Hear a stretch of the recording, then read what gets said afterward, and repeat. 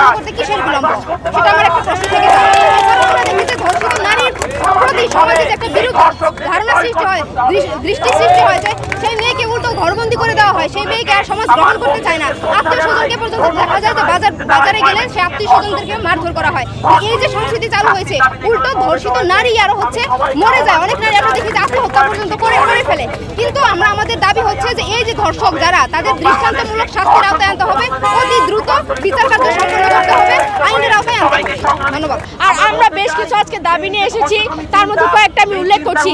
এক হচ্ছে যে 7 দিনের মধ্যে গত 6 মাসের সকল ধর্ষককে চিহ্নিত করে তাদের সর্বোচ্চ সাজা মৃত্যুদণ্ড নিশ্চিত করতে হবে।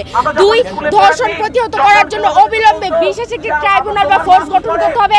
এবং 3 হচ্ছে যে স্বরাষ্ট্র উপদেষ্টা ও আইন উপদেষ্টাকে অবিলম্বে বিচার কার্য শুরু করতে হবে এবং তাদেরকে অবশ্যই এটি স্বীকার করতে হবে যে দেশের এই অরাজক পরিস্থিতির জন্য অন্তর্বর্তীকালীন সরকারই দায়ী। ধর্ষণের ঘটনাগুলো ঘটছে, এগুলো খুবই নেক্কারজনক।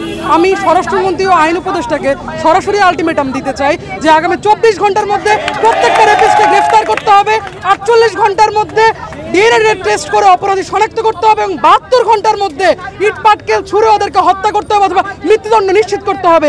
No investigation, no appeal, no review, only conviction, and it's loud and clear.